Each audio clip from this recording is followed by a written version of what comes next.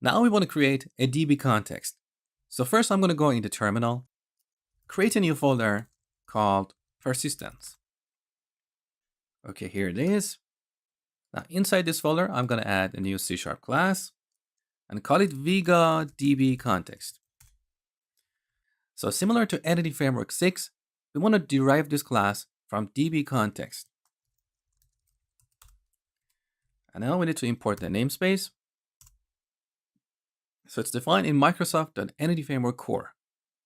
Now in Entity Framework 6, we also used to add a constructor here. So Vega DbContext. This constructor would take a connection string or connection string name. So connection string. And then we would pass it to the base class, DbContext. Now DbContext would use system.configuration.configuration-manager class to look into web.config under connection strings element. Then it will look for a connection string with this name here. And if it didn't find a connection string with that name, it would assume this string itself is the connection string. Now, as you can see from this red underline here, this model is changed in Entity Framework Core. So Entity Framework Core is designed in a more loosely coupled fashion. So it's decoupled from this configuration manager class. Instead, we need to explicitly pass the connection string to it. So let me show you how this works. Now, instead of using a string as the connection string here, we use DbContext options. This is a new class.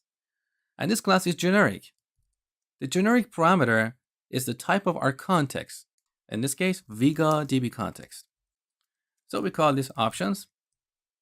And then we pass it to our base class, DbContext.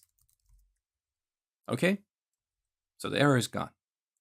Now we need to register this DbContext as a service for dependency injection. So later, when we create a controller, we're going to pass this DbContext in the constructor of our controller. And the dependency injection framework inside ASP.NET Core would automatically create an instance of our DbContext and pass it to our controller. So we're not going to explicitly new up a DbContext here. And that's for loose coupling, because we want to pass the dependencies of a class to its constructor.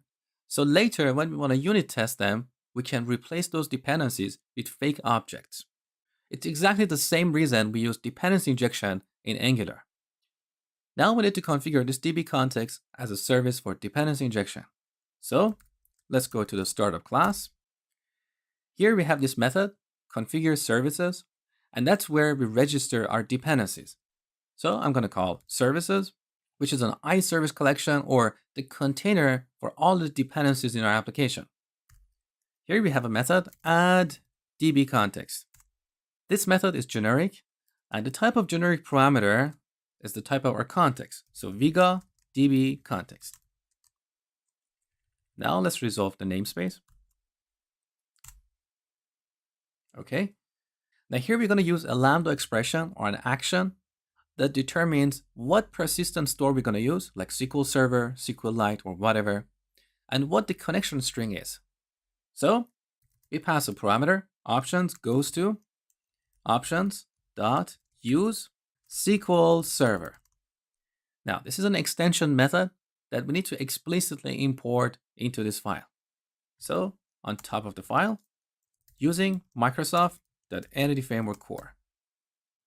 Now, as the argument to this method, we specify our connection string. Now, of course, we don't want to hardcode the connection string here. We want to store it in our configuration file. And that's what I'm going to show you in the next lecture.